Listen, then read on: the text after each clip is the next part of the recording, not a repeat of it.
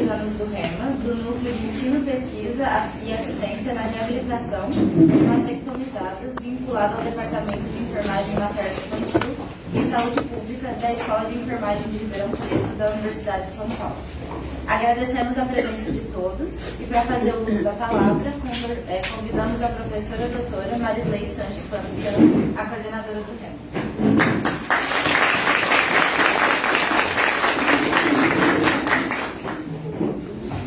Bom dia a todos. Bom dia. É com grande alegria que nós damos as boas-vindas a cada um de vocês, né? E nesse dia especial, mais especial ainda. Muito obrigada por estarem presentes nesse dia especial em que nós celebramos 36 anos do REMA, que é o Núcleo de Ensino, Pesquisa e Assistência na Reabilitação de Mastectomizadas do Departamento de Enfermagem Materno-Infantil e Saúde Pública desta escola, a Escola de Enfermagem de Ribeirão Preto da Universidade de São Paulo. Eu gostaria de expressar os nossos agradecimentos pela presença do diretor dessa escola, o professor Dr. Pedro Federer Palha. Muito obrigada, Pedro. A vice-chefe do departamento, a qual é mesmo vice-chefe do departamento, que é a professora doutora Sinila Magali Fortuna. O professor Dr. Manuel Antônio dos Santos, que é psicólogo, né, nosso professor aqui da Faculdade de Psicologia, que com o qual nós temos uma parceria desde muito tempo.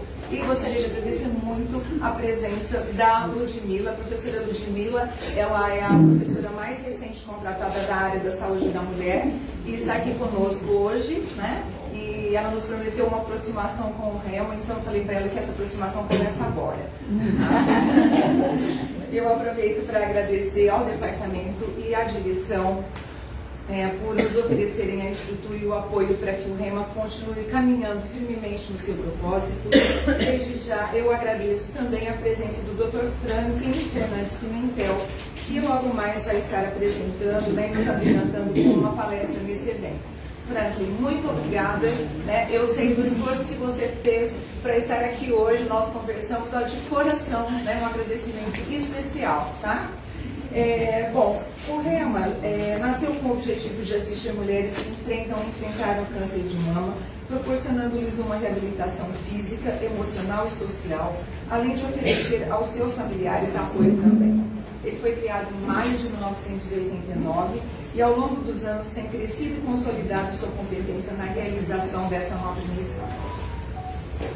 E nesses 36 anos de existência, cresceu progressivamente o número de mulheres que buscam o serviço.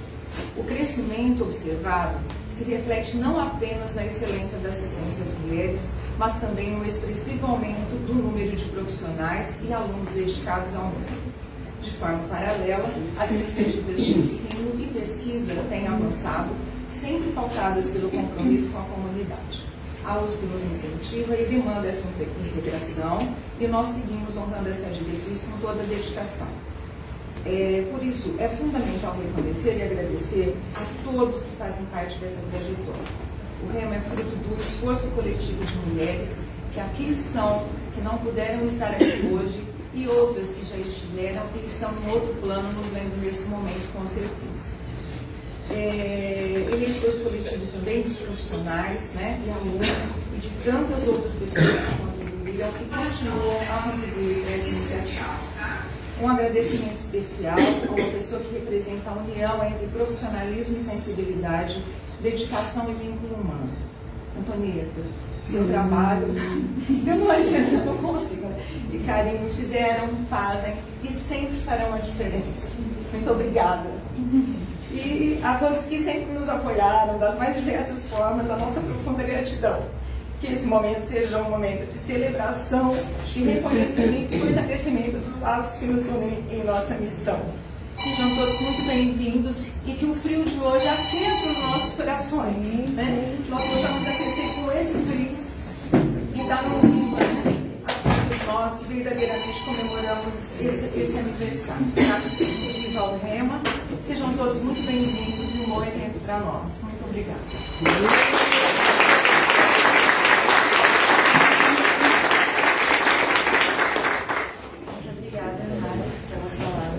E agora convidamos a fazer o uso da palavra a professora doutora Sinila Magali Fortuna, vice-chefe do Departamento de Enfermagem Materna e Saúde Pública da Escola de Enfermagem, representando o SEAPA chefia do departamento. Bom dia a todas. Bom dia. Maravilhosas que estão aqui. A fala da Marisley também me emociona, né? Por conta de assim, quando o REMA inicia, por mulheres dessa escola, que inclusive já se aposentaram, não estão mais aqui. Esse trabalho, né, gente, a gente viu crescer.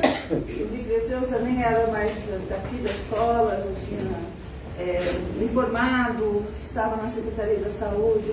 Que prazer voltar e ver o crescimento, né? E uma coisa que me marca muito, que me emociona, é ver a alegria e o aconchego de quando a gente entra aqui e vê vocês. Né, assim, com essa energia, com essa alegria no coração, com essa questão. Isso para mim é cuidado. Então eu parabenizo, né, o departamento é muito orgulhoso de ter esse serviço, né, de extensão comunitária, mas também de pesquisa e de ensino junto ao nosso departamento. Então, assim, sou um orgulho do departamento. E, assim, agradeço, né, a todas as pessoas que constroem esse trabalho todos os dias. Então, no seu nome, Marisley, cumprimento todas as mulheres, né, todas as pessoas que estiveram e estarão, né, presentes nesse trabalho. Então, Antonieta, também o nosso carinho, né, nosso agradecimento, né, sabemos que esse trabalho continuará com o esforço de colegas também que estão chegando e que chegarão. Né? Então, assim, para nós é uma grande honra, uma grande alegria. Então, parabéns ao REMA, parabéns a todos nós, né? Muito obrigada.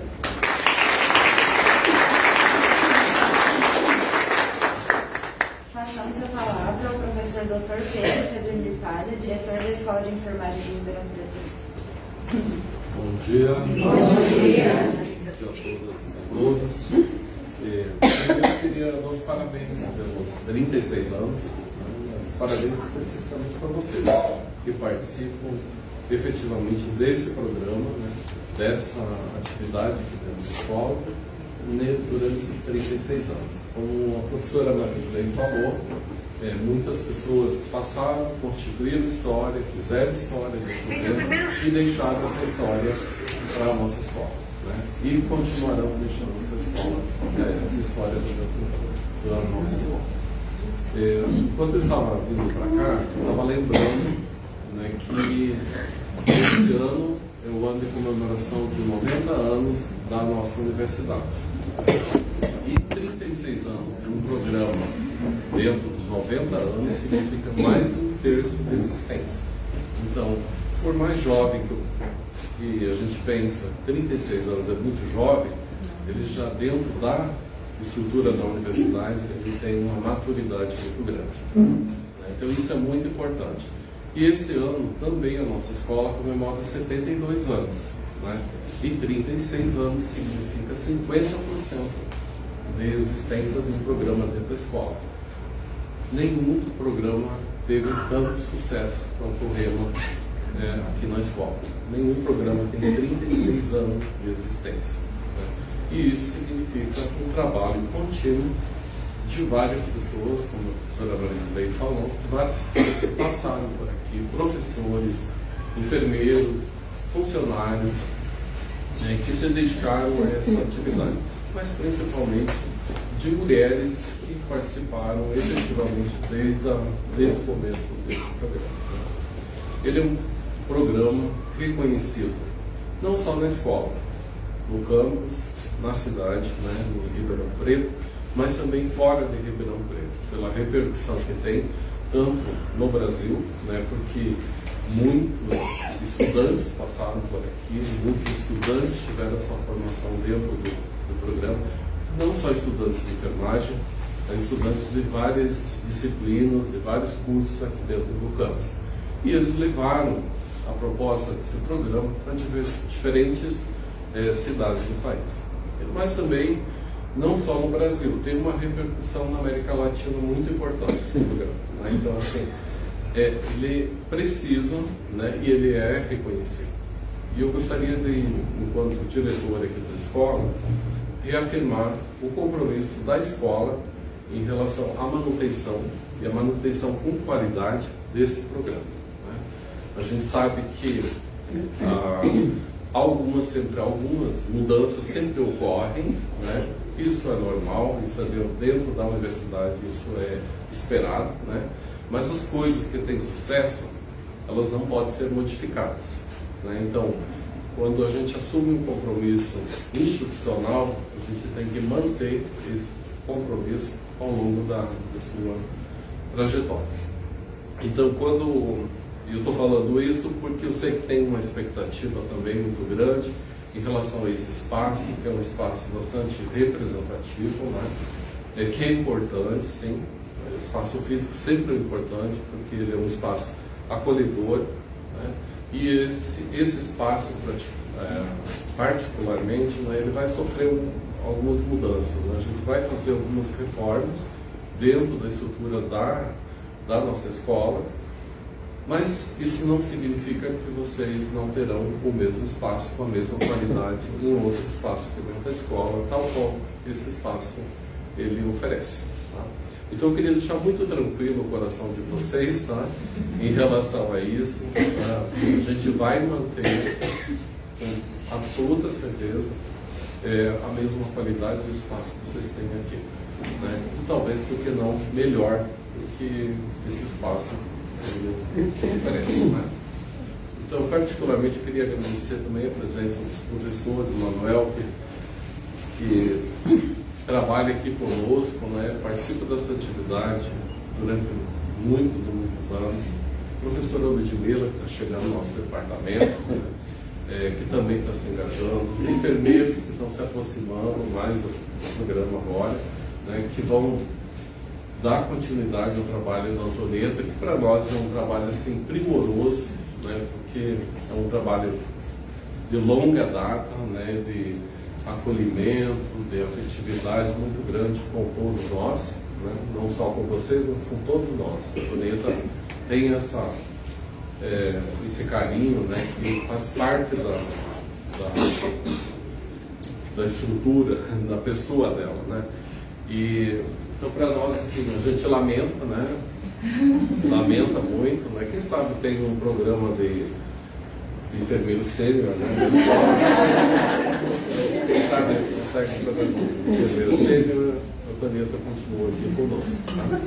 Então, Antonieta, assim, muito obrigado por toda a sua dedicação ao longo desses anos. Eu tenho certeza que o reconhecimento não é só da escola, mas principalmente o reconhecimento de vocês que estão participando aqui, que participam, que conhecem a Antonieta ao longo dos anos, tá? Então, eu queria transmitir os parabéns para a professora Maricilei, também, que está na coordenação desse programa, que vem lutando, e eu digo assim, vem lutando, porque toda vez ela vai lá na direção e diz assim, ó, eu quero manter a mesma estrutura do Rema, senão fica tranquilo, né? Então, ela é uma lutadora, tem uma liderança muito grande, tá? E nós reconhecemos a liderança da professora Maricilei em prol da manutenção desse programa.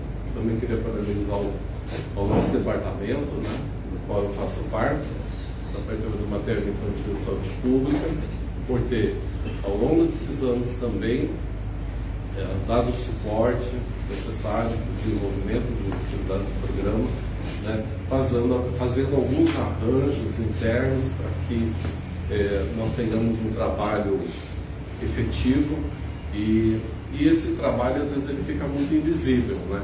Fica invisível porque é de uma organização interna. Então, muitas vezes nem aparece o quanto que o departamento faz de movimento para que toda semana nós tenhamos essa atividade aqui dentro da escola, né?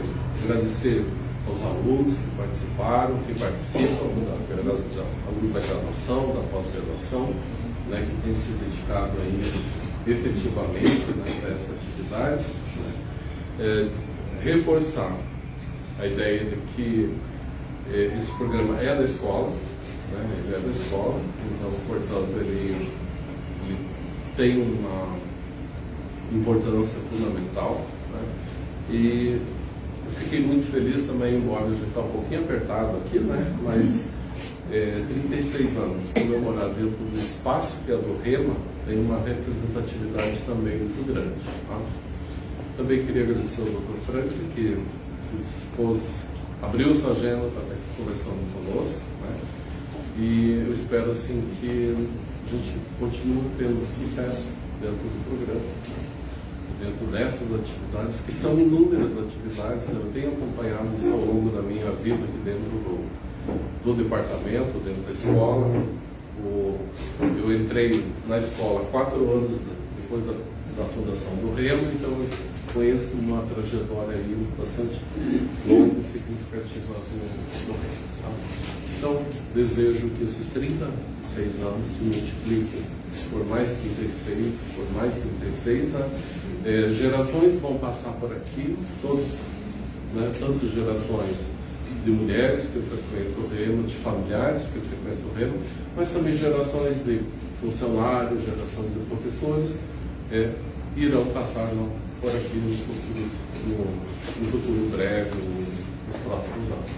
Então, deixo aqui meu abraço bastante caloroso, nessa manhã fria, né, mas bastante calorosa para vocês, para nós, né, e desejo assim, pleno sucesso, reforçando o apoio que a direção da escola oferece para essa atividade do Remo, que é extremamente importante e socialmente reconhecido. Muito obrigado.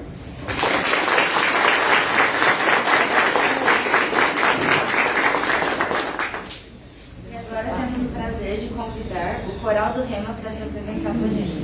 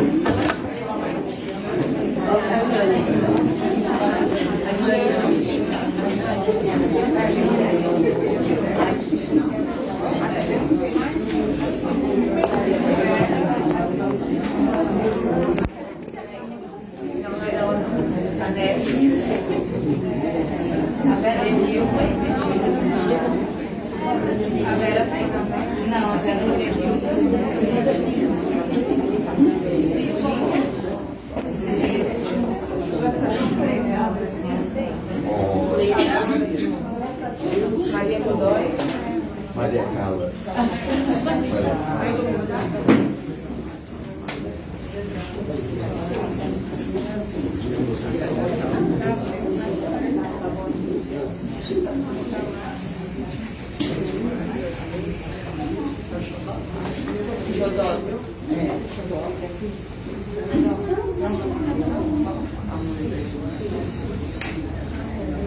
Tudo certo, meninas?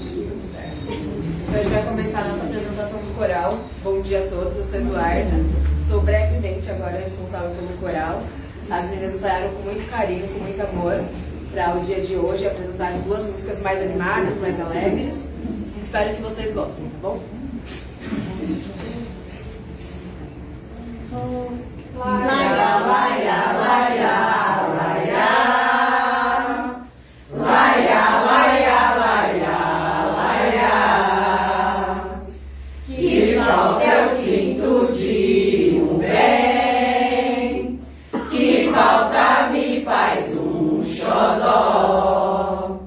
Mas como eu não tenho ninguém, eu levo a vida assim tão só. Eu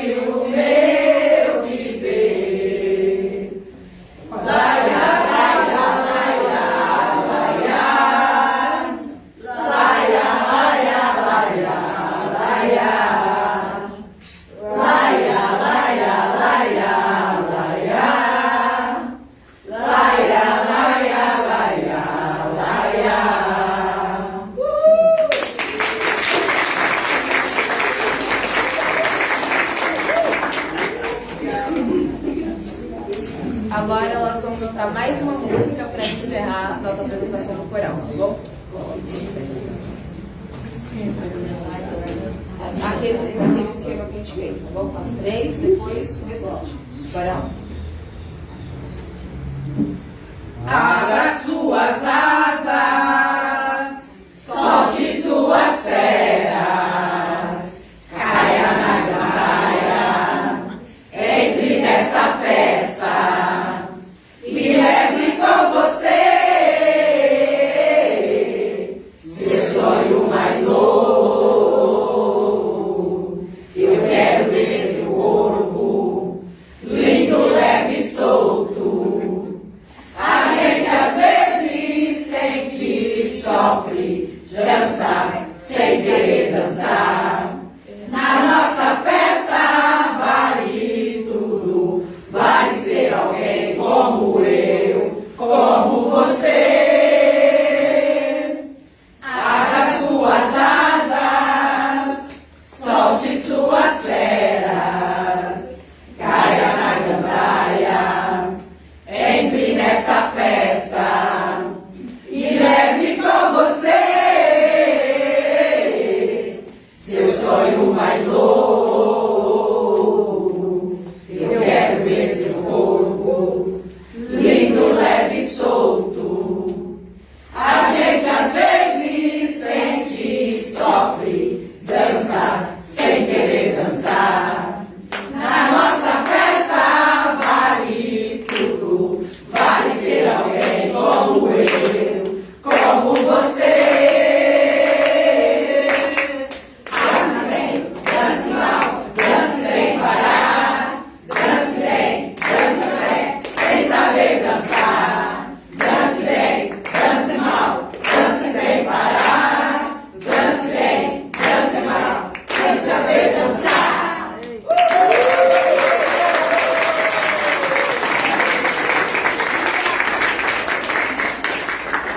Muito obrigada, gente. Muito obrigada, Coral. É sempre muito bom escutar vocês. Com certeza aqueceu a gente durante a manhã.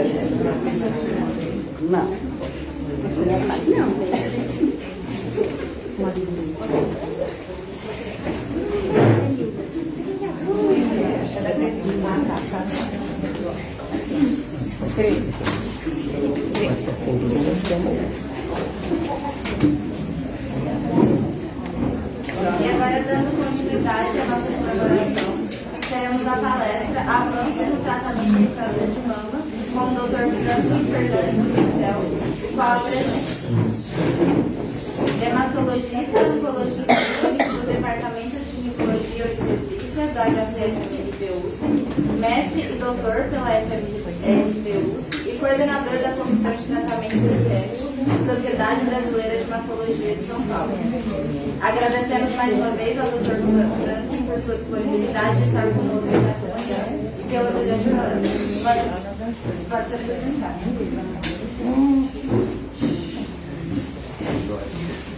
Bom dia. Bom dia. Esse é o sistema hipnótico. Aqui, eu posso ficar andando, eles só saem e vocês ficam. Que legal, prazer estar aqui, gente. Primeiramente, obrigado pelo convite, toda a comissão organizadora. Todo mundo está aqui fazendo parte disso, é um momento festivo, né? Então, a melhor hora para a gente estar é nas horas de festa, de celebrações. E uma responsabilidade extra, né? Eu estou vindo num lugar que até poucos meses atrás algumas conheciam, falavam, olha, tem a Dani lá, que é a esposa do Frank, e hoje talvez a maioria fala, o marido da Dani que vem aqui, inverteu o papel, todo mundo conhece, esperando ela, então tá aí, espero que ela prove depois, né? Espero que ela prove a aula, a apresentação. Vai estar no chão que eu consigo me seguir. 36 anos, né? Eu acho que é um momento bem especial, porque, apesar de ser um número redondo, a gente remete que 2 vezes 18. Com 18 a gente atinge a maioridade. Com 36 são uma outra maioridade já em cima da primeira.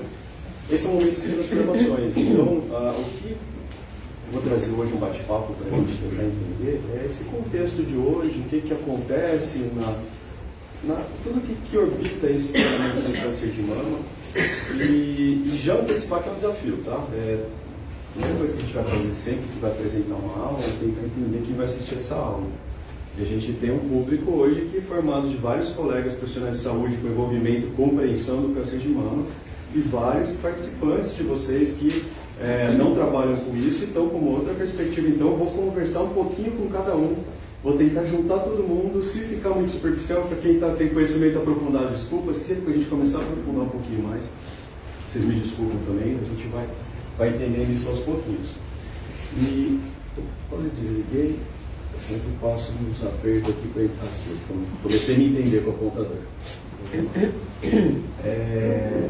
O câncer de mama, né? A ideia, a gente fala um pouquinho de tratamento. Eu acho que a primeira coisa a gente tem que entender o que é. Por que ele é considerado um vilão? Por que ele é considerado um problema de saúde? E essa estatística do Brasil. Acho que a primeira coisa para a gente tentar entender é a magnitude do problema. Essa estatística já faz 3 anos, a qualquer momento vai ser atualizada, então vão ser muito mais casos por ano esperados, mas aí a gente considera 73, 74 mil casos por ano. Ele corresponde a cerca de 30% dos cânceres na mulher, então ele é disparado aí o mais frequente. E a gente tem uma estatística muito triste no Brasil, né, que ele leva a mortalidade de 25% das mulheres. Esse número é muito alto considerado no mundo. Se a gente pensar que 1 a 4 mulheres vai se desenrolar com uma doença agressiva, vai ter uma repercussão muito ruim. Enquanto outros países já conseguem atingir 20, 15% de mortalidade, que isso seria o nosso ideal.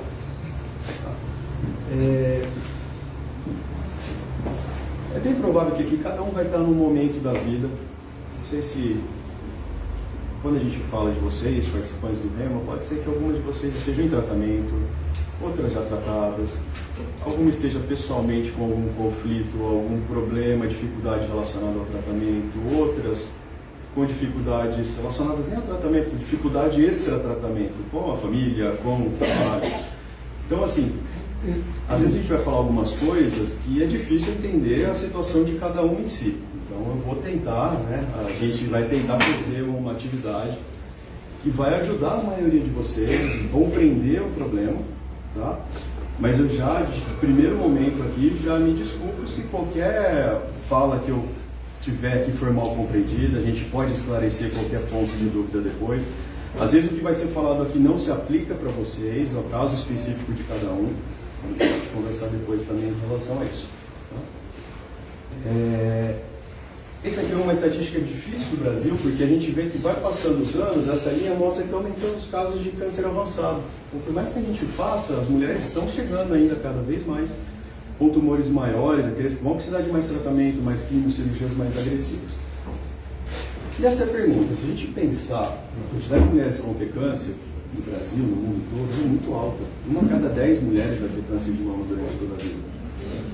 Se a gente pensar no que é isso, se a gente pensar no nosso círculo social, 50 amigas, parentes, vizinhas, conhecidas, 50 mulheres próximas, 5 vão ter que enfrentar esse problema em algum momento. Então, é muito significativo. Né? E eu trouxe algumas perguntas que a gente vê sempre no consultório. Algumas perguntas bem importantes para a gente tentar entender, não é só com quem tratou, quem é familiar ou você, se tiver alguém tratado aqui, que se pergunta isso, todo mundo se pergunta, a qualquer momento, quando tem qualquer doença. Né? Então assim, por que comigo? Aquele questionamento que vem, eu vou desligar o celular, antes de começar isso, vocês não sabem a dificuldade que foi, a Marilei está aqui de prova, né, Marilei? Isso aqui. Essa participação aqui, eu estava na expectativa há tempos. Tentaram puxar meu rabo, me arrumaram uma reunião em Brasília, na emergência nessa semana. Eu falei, eu não vou, me desdobrei, deu salto mortal triplo, consegui colocar alguém, não fui lá, mas era para estar em Brasília, cancelado. Tomara que eles não me liguem, né? Se ligar, liga. Por que comigo? Né?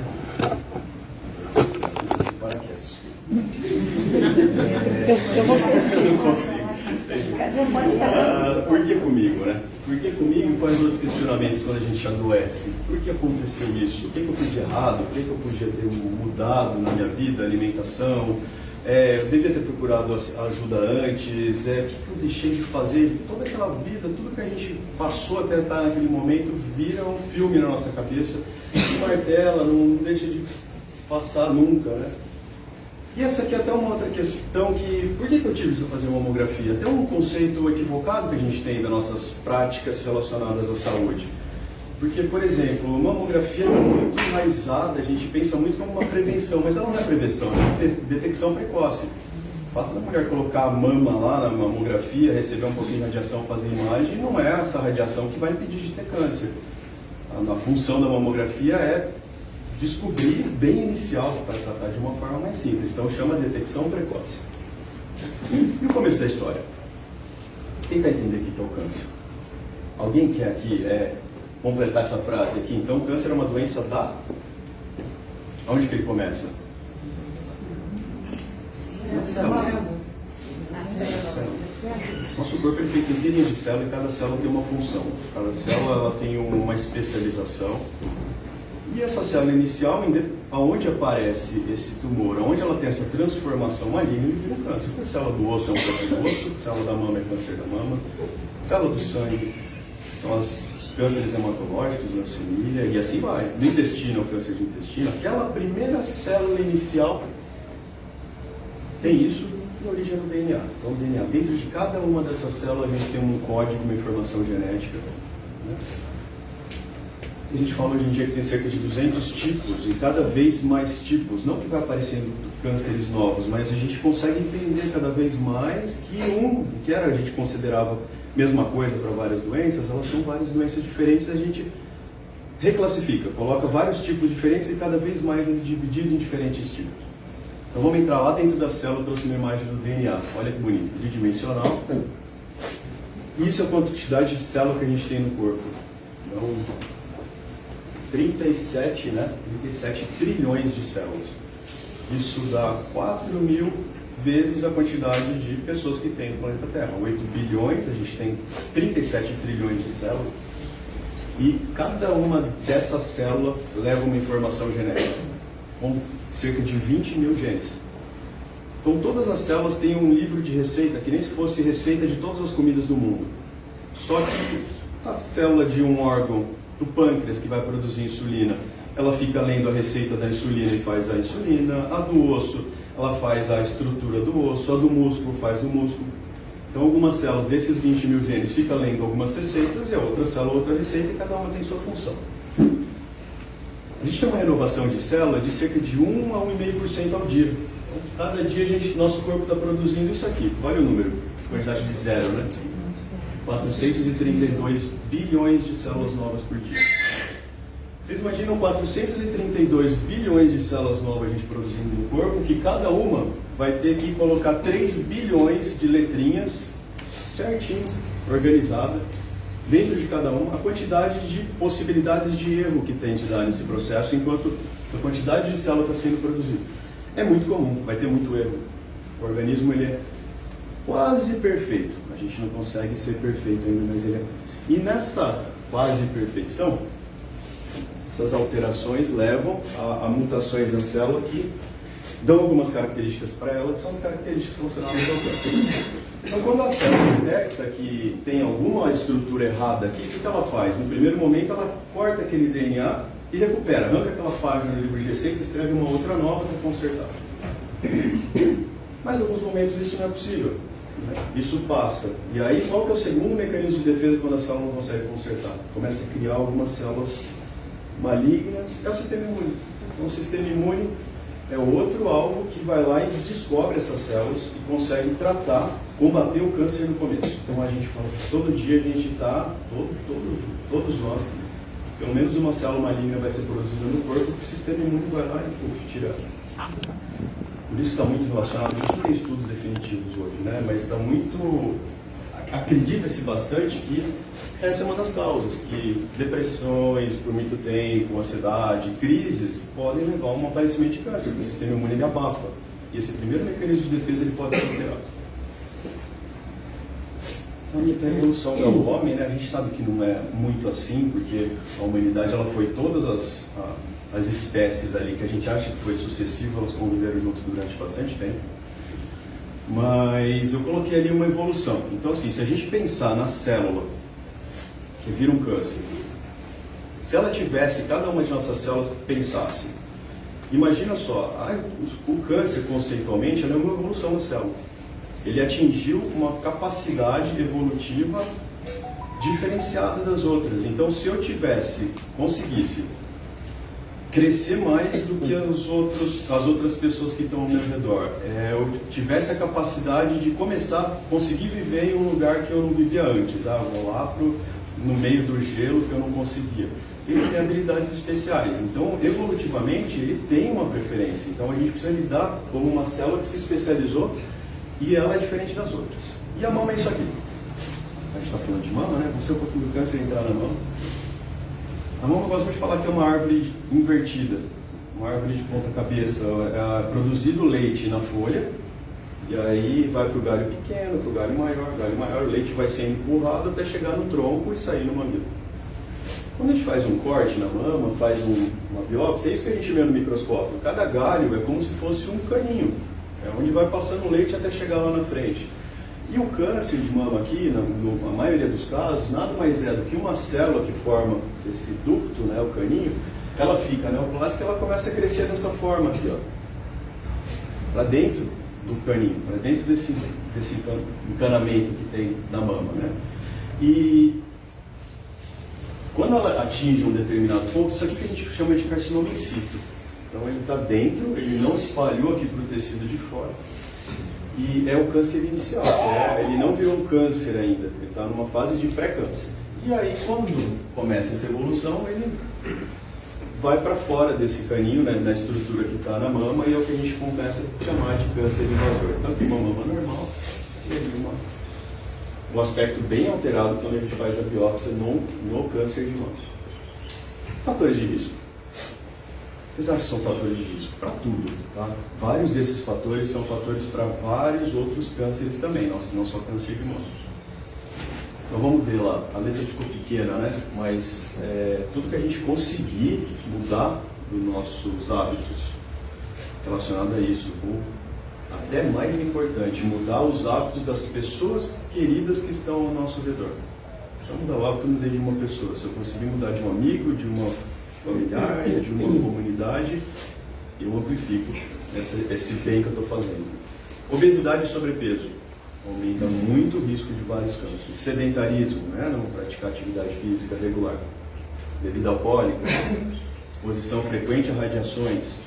A radiação pode ser todo tipo, muitos exames de radiologia, radiação solar é uma delas, né?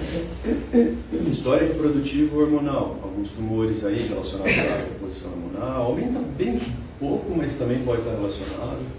Não ter tido filhos leva ao aumento de alguns determinados cânceres. Não ter amamentado, a gente sabe que a amamentação é preventiva, ela protege câncer de mama. História familiar da doença.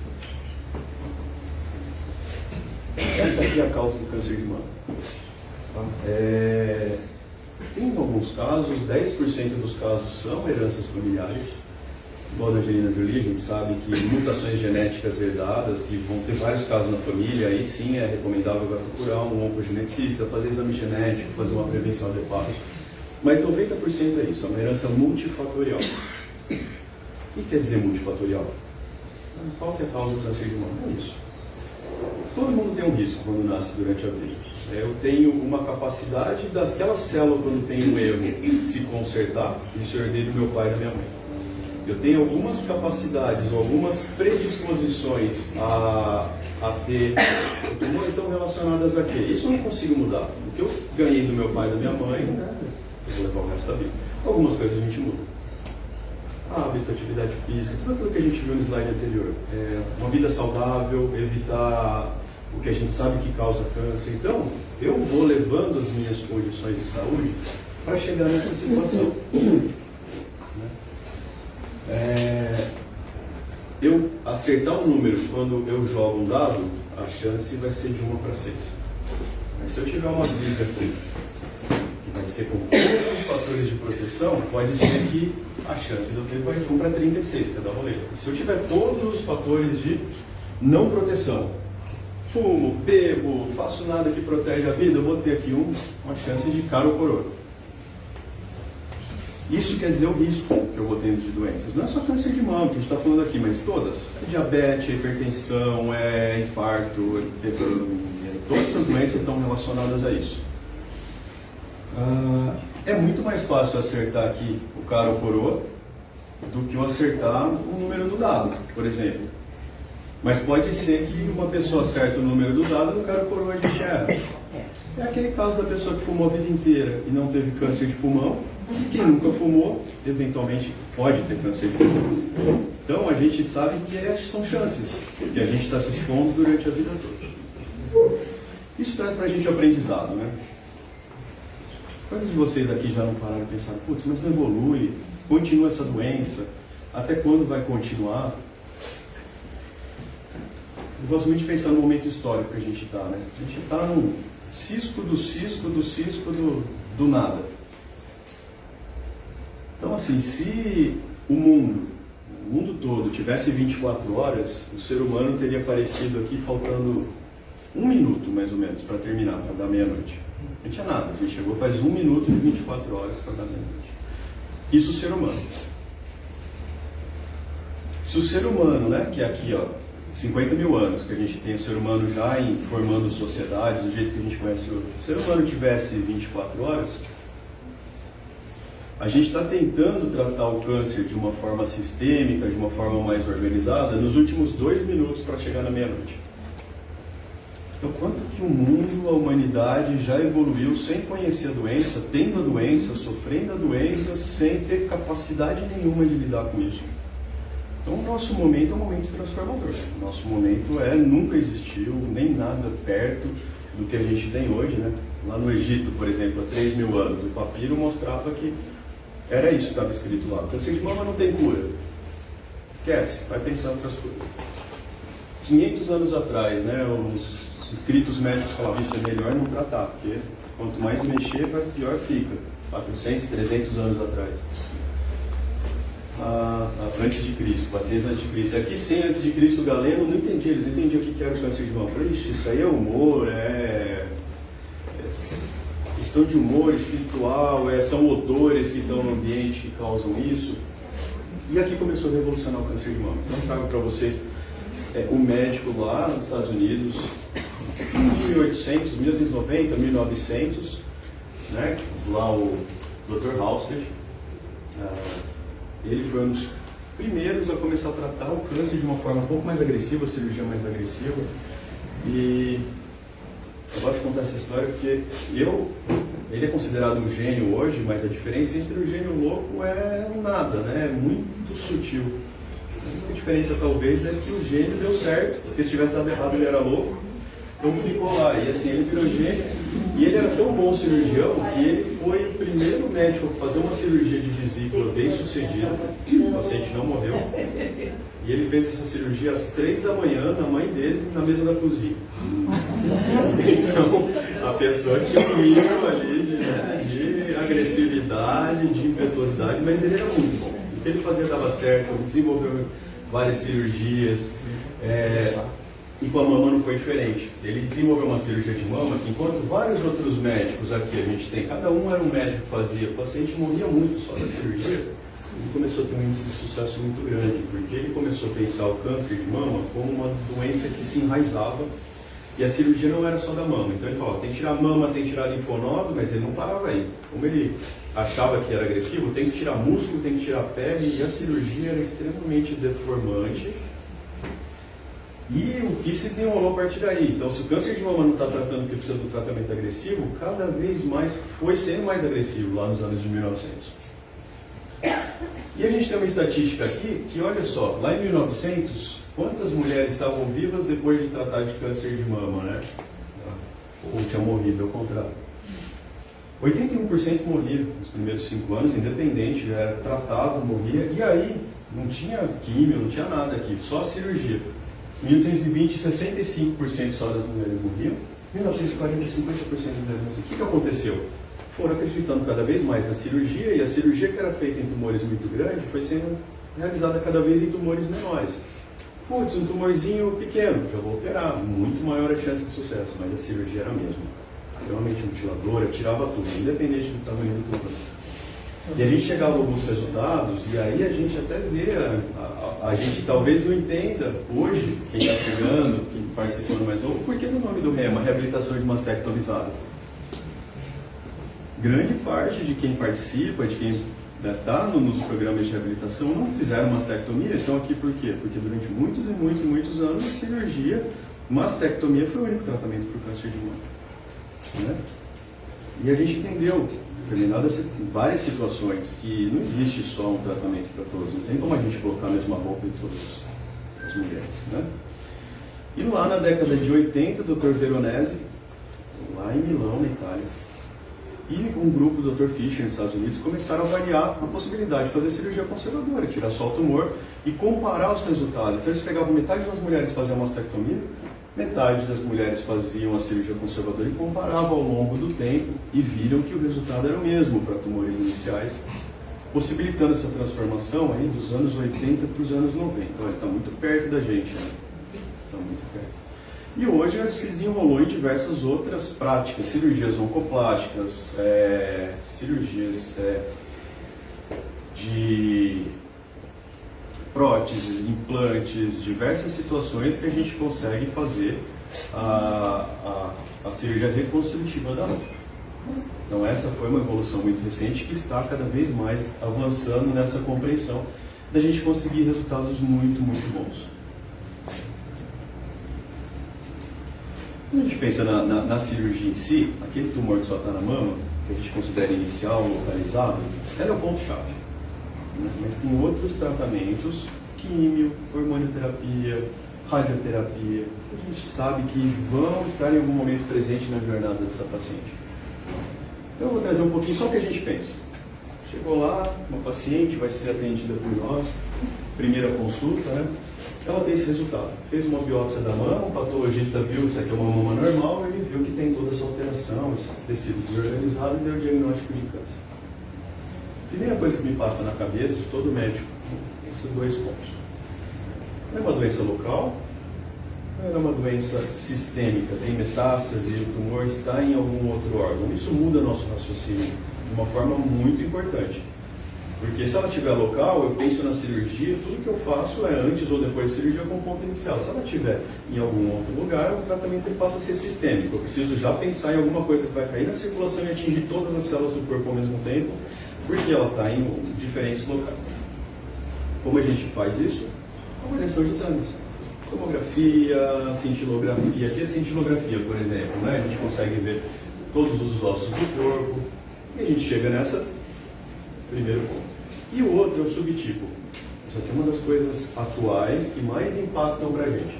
O patologista pega aquele exame, faz uma análise se tem receptor de hormônio no câncer ou não. Aqui, por exemplo, a gente vê as células marcadas de marrom. Receptor hormonal, estrógeno, progesterona positivo, e aqui não marcou. Receptor hormonal negativo. Isso impacta para a gente escolher, decidir quais mulheres vão receber hormonioterapia. Tamoxifeno, anastrozol, letrozol, vocês devem conhecer muita gente que toma algum desses e outras que não tomam, porque quando fez esse teste veio negativo, não precisa tomar.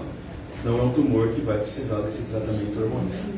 A gente fala hormonal, mas assusta, né? Toda semana, inclusive ontem. Ah, mas o doutor, câncer de mama, hormônio, não, que a gente fala tratamento hormonal, quer dizer anti-hormônio. É algumas substâncias, são medicamentos que vai tomar que tira o efeito do hormônio do corpo. Tá? Então se entenda como anti-hormônio. E um outro ponto, além do receptor hormonal, é isso aqui. A gente analisa um receptor que chama HER2.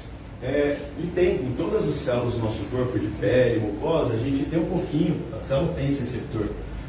Só que em algum 20% dos casos de câncer de mama, a gente tem uma amplificação desse receptor, onde é para ter um, chega a ter até 100 vezes mais. Amplificação do HER2. E a gente tem tratamento dirigido para isso. Tá? Vem aqui e bloqueia esse receptor que tem a mais, que é o trastuzumab. Já devem conhecer quem toma. Tem gente que chama de vacina durante um ano. Toma porque esse tumor ele tem isso a mais, então ele está bloqueando esse receptor que algumas mulheres têm, em alguns casos. Então a gente tem receptor de estrógeno, receptor de progesterona e o HER2. O patologista fala isso pra gente. A gente consegue com isso classificar os tipos. E se não tiver receptor de estrógeno, nem progesterona, nem HER2, é o outro tipo que está faltando, que ele chama triplo negativo. Não tem nenhum dos três, ele é triplo negativo. Ele não vai precisar usar trastuzumab e não vai precisar usar hormonioterapia. Então, a divisão que a gente tem hoje dos tumores é isso aqui. Se a gente fizer uma pesquisa aqui em São Paulo, em outro país, a gente vai ter que cerca de 65% vai ser hormônio positivo e HER2 negativo, 25% HER2 positivo e lá, menos comum, 15% triplo negativo. Isso aqui, para eu entender, programar meu tratamento, programar a cirurgia a hora que eu vou fazer, o tipo de químio, faz total diferença. São doenças completamente diferentes. Por que a gente fala que cada vez está aumentando mais o câncer? Mais tipos de câncer. Até um tempo atrás era um câncer de mama só.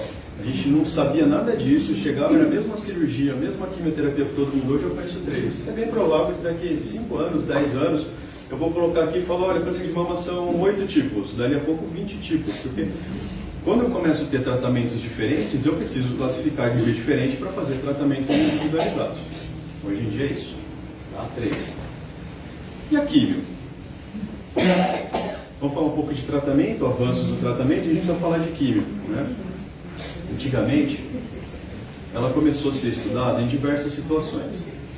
Toda a quimioterapia de câncer ela é primeiro analisada em uma situação de uma doença avançada, que a gente precisa parar a progressão da doença, e aí em várias outras situações a gente testa na doença inicial. Será que a mulher operou? Tem mais nada de câncer no corpo. Se eu fizer uma quimioterapia, eu não diminuo o risco dessa doença voltar? É como se fosse preventivo. Todo mundo tem um risco da doença voltar, todo mundo tem um risco de ter a doença, mesmo quem nunca teve, né? Eu gosto muito de falar isso. Às vezes o paciente chega e fala assim, nossa, doutor, mas a doença pode voltar? Pode, às vezes a chance costuma ser muito, muito baixa. Quem não tem nada tem chance de ter também. É a mesma coisa que quem não tem nada fala, nossa, mas eu posso ter a chance de ter a doença? Pode. A gente pode ter chance de qualquer coisa durante a vida toda, né? Assim como a gente pode ter a chance de voltar. Com quimioterapia, em vários casos, a gente diminui essa chance. Só que olha que problemão que aconteceu lá nos Estados Unidos, aqui os estudos são americanos, mas isso reflete o mundo todo.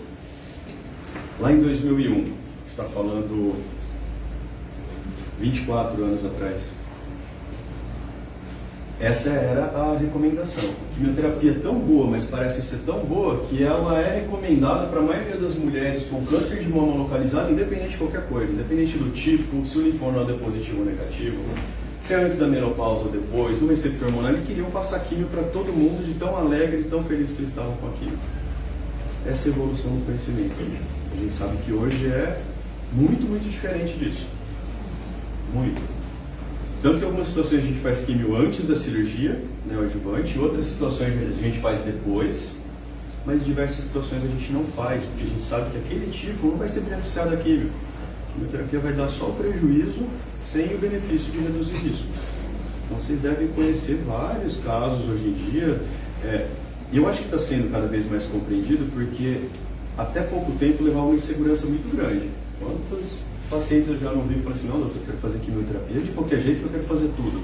Não, a gente conhece que vários casos não vai se beneficiar da quimioterapia, vai ficar só com efeito colateral, não vai diminuir essa chance, a chance já está, com outros tratamentos a gente vai diminuir a chance, né, da doença voltar. E a gente tem várias ferramentas, o Predict é uma, que vocês conhecem, mas ele é acessível para qualquer um, está lá na internet, para paciente, para médico, profissional que está tratando junto os pacientes, a gente consegue entrar nesse site, é um site em inglês, inclusive essa tradução aqui para o português, ela é recente, foi o ano passado, o nosso grupo que a gente traduziu para o português, para facilitar a compreensão. A gente coloca vários dados de idade, tipo do tumor, se o linfonodo está positivo ou não, o tratamento que vai fazer, e a gente consegue ter uma ideia dos tratamentos que vão ser positivos e do benefício que cada tratamento tem, em diminuir o risco da doença voltar. É uma ferramenta da internet. E o HER2? Então, conversei com vocês lá. 20% tem esse HER2 positivo que recebe trastuzumab. Vem um anticorpo lá, se liga e bloqueia. Ele foi uma das primeiras terapias-alvo no câncer de mama. A gente fala que é o tendão de Aquiles. Descobrir o tendão de Aquiles do câncer. Lá é uma dá uma flechada no ponto certo, com o tratamento preciso, e ele tem um benefício imenso. Então, diversos tumores que antes eram muito agressivos, o HER2 positivo ele é considerado um tumor muito agressivo. Quando a gente dá essa vacina, esse tratamento, a gente joga um tumor agressivo para um tumor muito pouco agressivo, um tumor bem tranquilo da gente lidar, porque esse tratamento possibilita isso. E a terapia endócrina veio quando? Eu acho que talvez é uma grande dúvida do grupo aqui, de quem está tratando, porque quando a gente fala de cirurgia química, geralmente leva 6 meses. Aí a hormonioterapia leva 5 a 10 anos, então é muito mais provável que estejam usando ou sofrendo sintomas, efeitos colaterais da hormonioterapia. Ela veio lá em torno de perto de 1900. O Dr.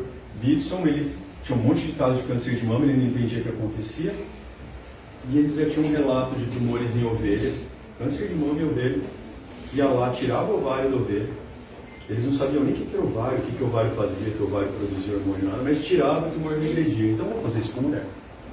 Com ovelha deu certo, por que não faço com mulher? Eles conseguiram vários tumores avançados, tirando o ovário, esses tumores eles regrediam.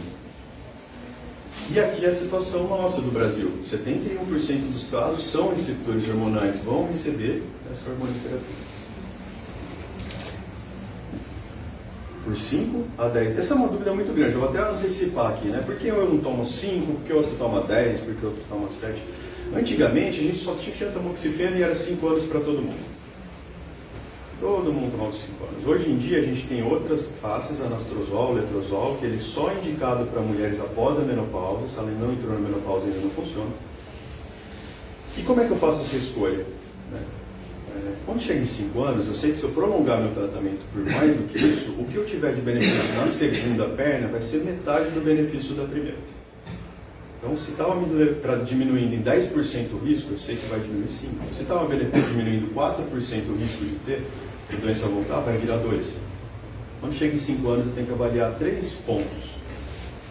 A idade, que a mulher está lá, uma mulher que chega com 50 anos depois desses 5 anos, é muito diferente de uma que está com 85 anos, 80 anos, em relação à própria expectativa de vida. Outro é o tumor, se é um tumor menos agressivo, que é muito difícil de voltar, ou um tumor que tem um pouquinho mais de chance de voltar. E terceiro, mas não menos importante, é como ela viveu esses 5 anos com a hormonioterapia. Ela não teve qualidade de vida nenhuma, teve um monte de sintomas. Como o benefício vai ser menor, vamos parar com isso. Já 5 anos já foi o benefício maior, também a gente opta. Então a gente leva tudo isso em consideração para individualizar. Algumas recebem menos ou mais por conta disso. A gente avalia vários parâmetros. E aqui o que é mais recente? Foi até o prêmio Nobel de alguns anos a imunoterapia. Isso é muito legal. Vocês lembram que eu disse que o câncer está completamente relacionado ao sistema imune perceber que tem alguma coisa errada e ele ataca o câncer. Mas se o câncer, o sistema imune deixou passar algum ponto, e tem alguma coisa relacionada a ele que desligou também o sistema imune. Porque o sistema imune vai atacar, porque ele reconhece como estranho. Se o câncer está crescendo, o sistema imune reconheceu e ele foi desligado. Então as imunoterapias que a gente tem hoje, elas começaram a ser estudadas lá, tudo por volta de 1890, 1900, tudo parecido, né? Só que esse estudo de imunoterapia começou e acabou. Lá o Dr. Colley, nessa época ele era um cirurgião ortopédico, e ele viu que vários casos de sarcoma agressivo não tinham o que fazer, ele começou a sofrer muito com pacientes com tumores ósseos sem tratamento, né?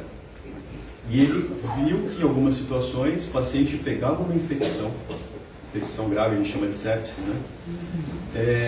E depois ele saía dessa infecção e o tumor começava a regredir sem causa, sem uma explicação. Qual que era a razão disso? Qualquer infecção que a gente pega, nosso sistema imune vai lá e fica ativado. O sistema imune vai para combater essa infecção. Combater a infecção e combater o câncer também. Então a gente começou a entender a importância do sistema imune até desenvolver vários tratamentos. A gente tem tratamentos para várias situações hoje que ele ativa o sistema imune, ele não é nem químio, nem hormônio, ele não vai no câncer. Então, olha que tratamento legal, cada tratamento promissores que a gente tem, ele não vai no câncer, nada. Ele vai lá na célula do sistema imune e, ativa essa célula, para ela atacar o câncer. E a gente tem o próprio organismo combatendo o tumor. E por fim, então, cirurgia, químio para algumas mulheres, outras não, hormonioterapia personalizada, terapia-alvo, imunoterapia e segmento. A gente tratou. O que a gente tem hoje em dia de segmento? Trouxe mais algumas frases para a gente pensar. Quando alguém senta, acabou o tratamento, vem sempre essa frase, né? Quero fazer exame, quero tomar tudo, quero fazer todos os tratamentos. Se não fizer bem, mal não faz. Quero fazer tudo o que tiver que fazer. Essa aqui é clássica. Né? Prefiro que tire tudo. É isso. Eu vou nas outras, eu vou voltar nessa, que essa é meio crítica lá. Na dúvida, eu prefiro fazer. Prevenir é melhor que remediar. Então, assim,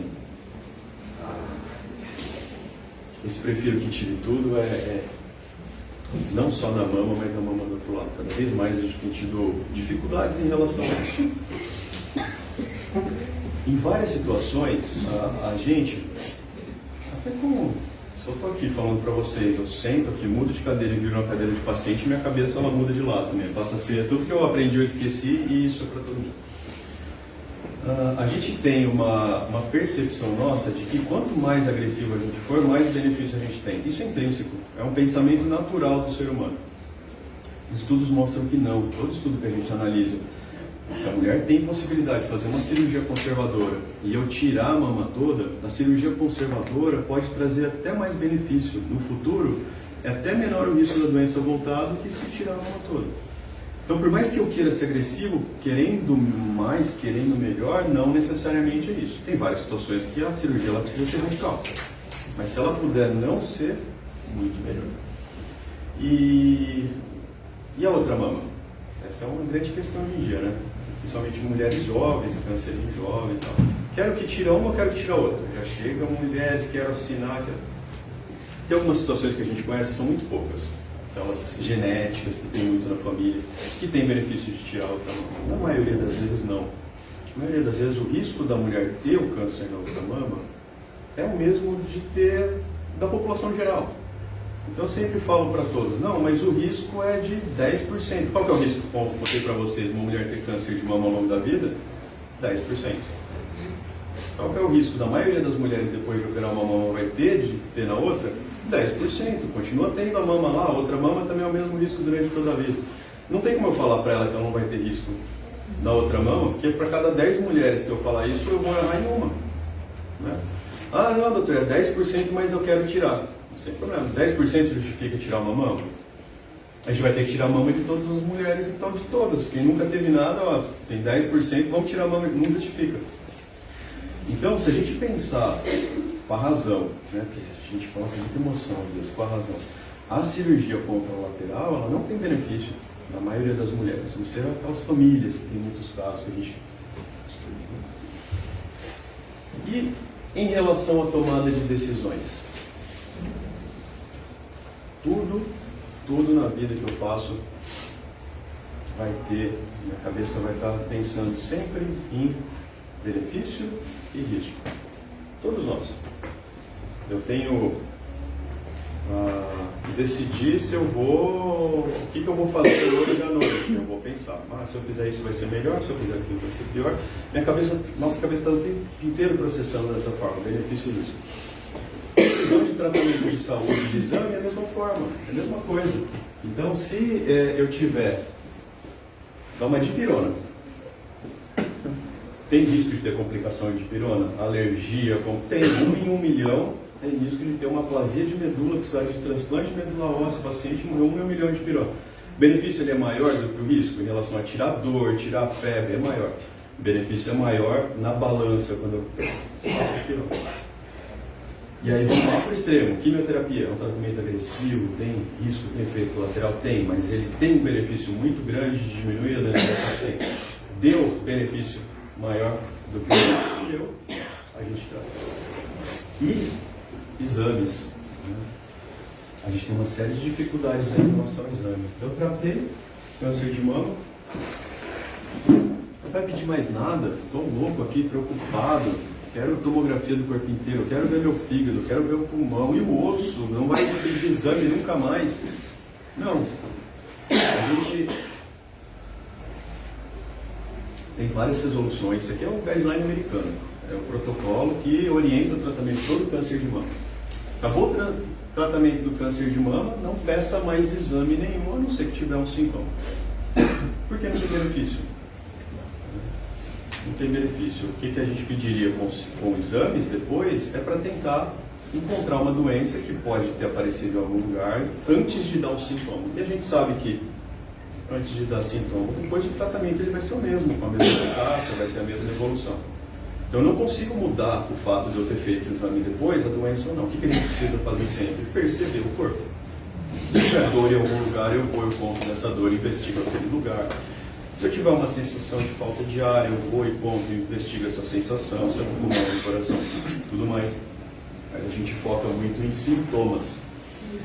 E a gente tem um grande problema aqui para a gente, já caminhando para o final, que é isso, skunk site, é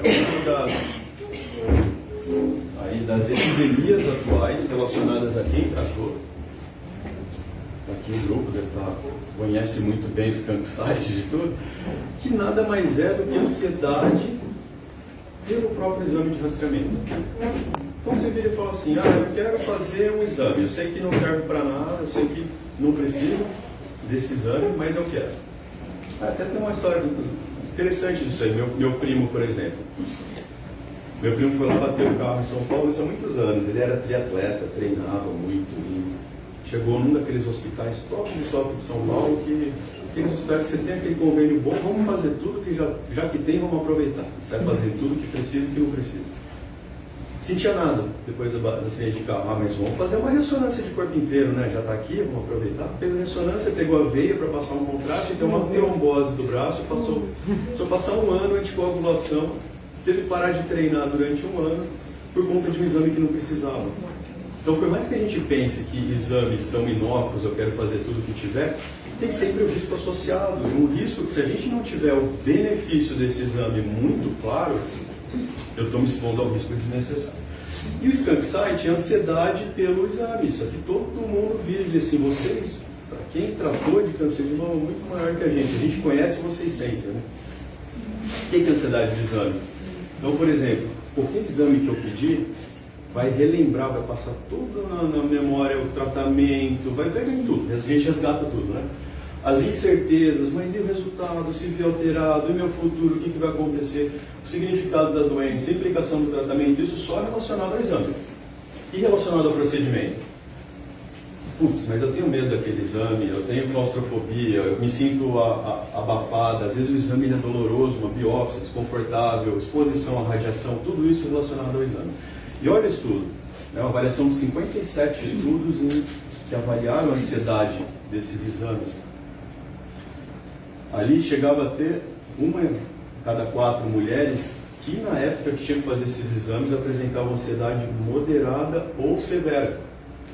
Então, alguns fatores relacionados a essa ansiedade, né, pacientes com menor escolaridade, tabagista, pacientes que costumavam ter mais dor, ou maior risco de câncer, ou o exame se ele era diagnóstico ou rastreamento. Então, a gente vê que aí de quase 900 mulheres, 2 em cada 3 falavam que esses exames, os exames de segmento, atrapalhavam nas atividades diárias, interferiam de alguma forma na atividade diária. Aí 60% delas atrapalhavam o trabalho e concentração. Não só no dia do exame, mas 1, 2 semanas antes do exame, ficava assim, meu Deus do céu, que 2 semanas eu tenho que fazer o exame? E aí não conseguia mais nada. Aquilo tomava a vida dela, interferia no trabalho, interferia na vida social. Depois do exame, ainda mais. Meu Deus do céu, até o retorno. E agora esse exame? Esse envelope fechado? Ou o resultado vai sair? O que vai acontecer comigo? Então, essa ansiedade do exame, ela precisa se justificar. Já é difícil em exames que precisa. Imagina em exames que não precisam. Essa é a grande questão. Então, na maioria das vezes, a gente tem que ser muito direto, muito lógico. Eu preciso realmente desse exame? O que a gente tem hoje em dia, que é uma dificuldade muito grande, né, em diversas situações? A gente tem uma medicina defensiva muito grande. cada vez é um modelo meio americanizado. Imagina uma situação de que o médico não pediu o exame porque ele sabe que não ia mudar no tratamento e eventualmente a doença volta, o paciente tem qualquer complicação. Até ele explicar que o focinho de porco na tomada, que esse exame não beneficiaria o paciente, ele está correndo risco de processo, do paciente ir falar mal dele em rede social, de desgostar tudo. E então, assim, está o exame. É defensiva do médico, isso é mundo, não é Brasil. E uma outra situação é, além da medicina defensiva, é a compreensão. Porque quanto tempo a gente não precisa conversar com o paciente, estabelecer de vínculo, ter a confiança dessa mulher, de quem está tratando, de que realmente eu não estou pedindo, porque não precisa, e é melhor que ela não faça, e não porque eu estou sendo desleixado com ela. Então, se eu tiver que atender durante 5, 10 minutos, é muito mais fácil eu canetear, traz esse exame, vai, o paciente sai com aquela falsa sensação que está tudo bem, do que eu explicar. Eu acredito que leva 10 a 15 minutos, pelo menos, para a gente explicar toda essa situação. Então, o exame de câncer de mama, mais ou menos, é isso. Quando eu coloco, quem tratou, sem exame, sem essa necessidade, porque aparentemente os riscos são maiores. Percebe o corpo, vamos lá, a gente se conhece, a gente entende o que está acontecendo e pede exames focados. Então, esse aqui é mais ou menos o que tem hoje em dia. As atitudes do câncer de mama? Antes de ter, hábitos saudáveis para eu prevenir. Quem já tratou, isso é muito importante. Prevenir outros.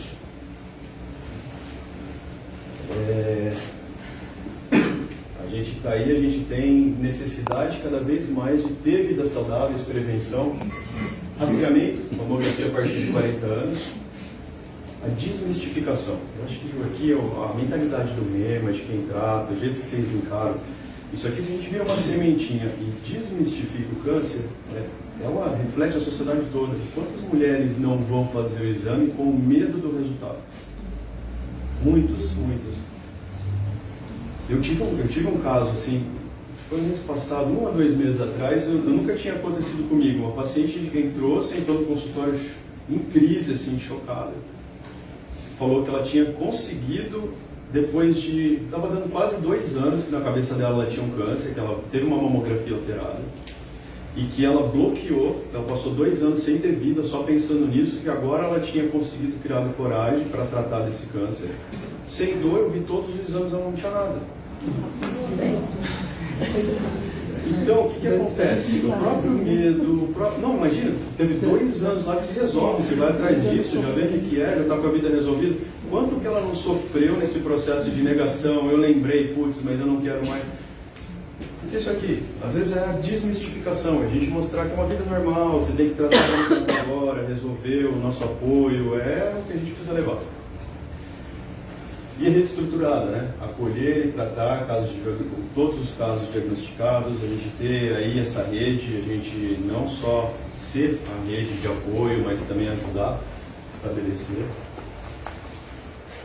E eu acho que mais ou menos isso, que eu trago essa imagem aqui, que foi uma das fotos que eu tirei quando eu fiz o Caminho da Fé, há alguns anos.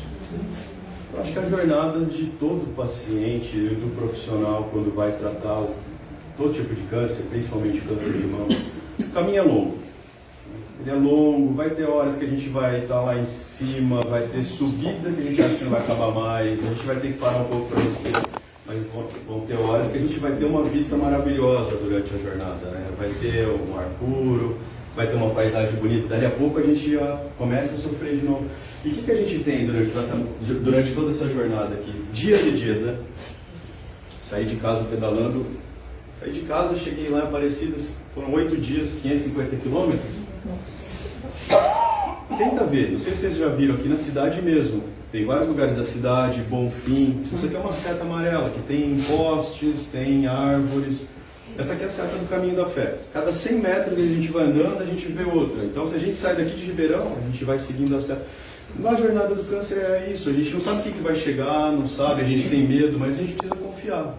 A gente precisa confiar, às vezes o sinal é simples, O sinal é escondidinho lá, mas a gente sabe que alguém já passou lá, já colocou esse sinal e no fim a gente vai chegar onde a gente quer, no fim a gente vai chegar de uma forma feliz, uma forma com jornada cumprida e assim transformado, né? Eu acho que a gente se transforma em todo o processo, em toda a jornada.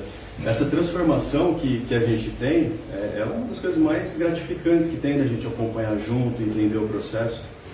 E eu acho que cada um aqui é uma sementinha. Essa é a mensagem que eu queria trazer e agradecer imensamente pelo convite. Deve estar bombando lá. Hoje eu tinha prometido meu celular. Mas é isso aí, gente. Obrigado de novo. Parabéns para o Rema, parabéns para todos. Estou aqui. Tenho que falar, né? Obrigado por tudo, por esses anos aí. Espero que a gente continue se vendo muito mais. O carinho, tudo, pelo Rema, pelo projeto. É aí, gente. Obrigado, gente.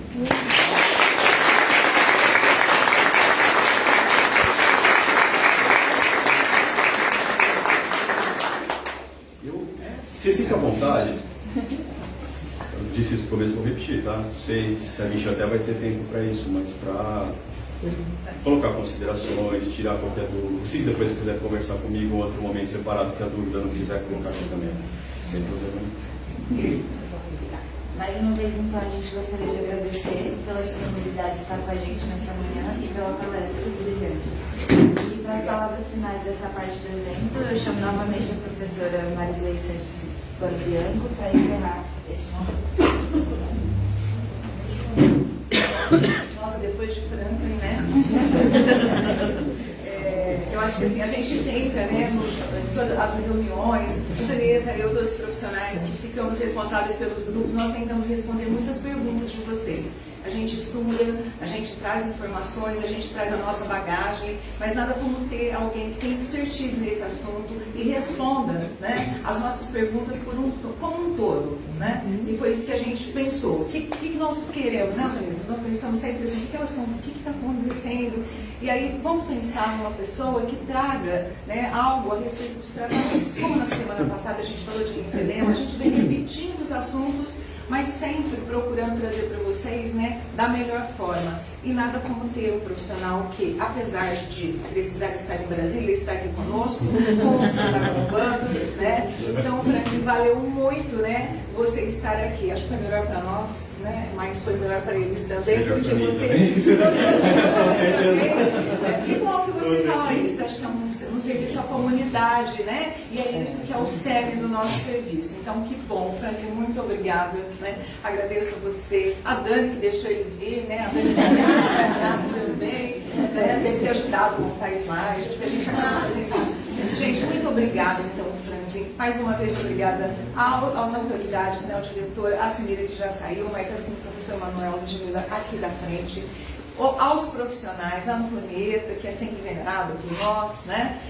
A todos os profissionais, a vocês, mulheres maravilhosas, né? Maravilhosas, que vêm, né, e acreditam no nosso trabalho, estão aqui conosco, né? Batendo palmas para tudo que acontece, né? Para tudo que a gente consegue fazer e progredir dentro do serviço. E eu quero fazer um agradecimento especial à comissão organizadora, porque a gente sempre tem, né, em todos os eventos, a comissão organizadora. Antes disso, eu quero lembrar, né, o Pedro falou, e em todas as vezes que a gente fala também, a gente sempre fala de quem começou o Rema, né? E nós nunca podemos esquecer de agradecer, né, as 3 docentes que começaram esse serviço há 36 anos. Imaginem, há 36 anos, trazer essa ideia, né? A professora Maíra trouxe essa ideia, que foi acatada por outros docentes, e a gente tem hoje uma equipe multiprofissional tentando trabalhar na interdisciplinaridade, porque não adianta ter um monte de profissional que não se conecta e não sabe o que está acontecendo, né? Então, agradecer a elas e a todos que vieram depois, todos que já não estão mais aqui. E aí esses meninos hoje, principalmente, né, que a gente fica, ai, quanto ficou isso? Ai, não, eu vou fazer e tal. E eu falo assim, não, pode comprar, gente, mas tem a criatividade de vocês também para montar as coisas. E ficou muito bonito. Muito obrigada por todo o esforço, né, que a gente fez aí junto. A Antonieta de férias, a gente conversando. Então, assim, eu queria agradecer muito. Se eu esqueci de falar, né, de alguém, sinta-se também nisso, né? Mas vocês, especialmente vocês, o coral maravilhoso que sempre nos brinda, né, com essa música, as meninas que treinaram o coral, quem treinava, quem está ensaiando agora, nós estamos sem um profissional da música que treine e hoje nós estamos conseguindo ouvir, né, esse som que toca os nossos corações. Então, que hoje seja realmente, né, um dia de festa para nós, que a gente possa comemorar mais muitos anos. O Pedro garantiu aqui que a gente vai ter um espaço, né? Eu vivo mesmo com ele. Nós vamos lá e ele procurar planta para me mostrar. Então, assim, brigo no bom sentido, né? Para a gente mostrar, eu acho que a gente mostra isso, né? Um pouco, né? Do quanto é importante a gente ter o nosso espaço, de ter profissionais que nos auxiliam, porque a gente não consegue fazer isso sozinho e a gente tem recebido esse apoio. Obrigada a você. Eu estou dizendo isso porque, assim, é muito importante, né? A gente fala assim, o Rema é da área, e a gente está vendo assim, só eu aqui, e eu estou tentando trazer, né, a área de saúde da mulher para cá, para também ver a importância desse trabalho de perto. Então, muito obrigada a quem já é do Rema há tantos anos, né? E obrigada. Eu vou acabar repetindo, né? Mas é isso, tá? Então, que agora a gente continue, né? A Júlia vai anunciar um pouquinho depois? Sim, vai, né? Então tá bom. Oi? Esqueci. Como você veio, né? A gente fez, né? Nossa, a gente gastou demais. Criatividade de uma coisa diferente, né? Porque você veio e não foi para o Brasil. Gente, se vocês não imaginam, que eu falar assim, Franklin, manda para mim um mini currículo só para a gente te apresentar no dia. Isso porque foi, mas eu acho que não vou poder ir porque tem isso. Eu quase morri do coração. Falei, Franklin, tudo bem, fica tranquilo que eu também estou. E a gente foi tentando de outras formas. Quando ele me fala assim, Marisa, espera um pouquinho, que eu estou tentando conseguir alguém para ir para mim. Franklin, não teve nada melhor, juro para você. Assim, foi a minha tranquilidade. Eu com bancas, 2 dias seguidos as minhas bancas, as coisas, eu não sabia o que eu fazia. Meu filho chegando do Catar. Então, assim, eu quero agradecer. E assim, a nossa identidade, né? E esse daqui é uma lembrancinha para você.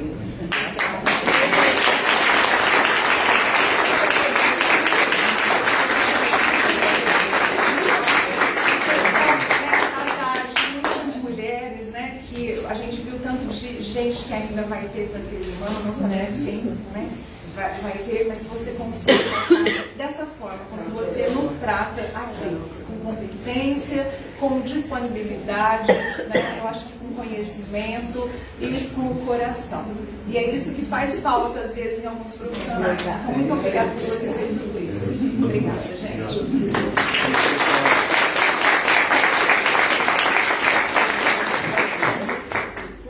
Agora, eu gostaria de agradecer a presença de todos os convidados novamente, as mulheres assistidas pelo Rema e aos profissionais que fazem parte da equipe. E para a gente dar continuidade a essa comemoração, a gente convida todos a ir para o hall de entrada do prédio para cantar os parabéns para o Rema.